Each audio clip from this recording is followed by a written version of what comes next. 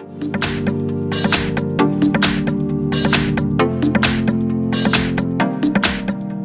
I have LYF Flame 8, and let me show you how to perform the soft reset here. Let me show you how to accomplish here forcing restart by removing the battery and the back cover on the following device.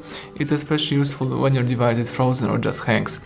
So all you need to do is open the back cover by using the following cavity right here. Let's open the following protection step by step, and now we can remove the battery by using this cavity right here.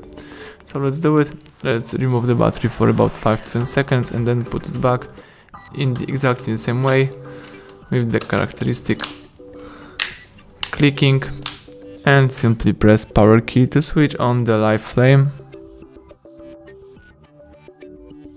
The device is switching on, so let's wait until the device will be ready to use.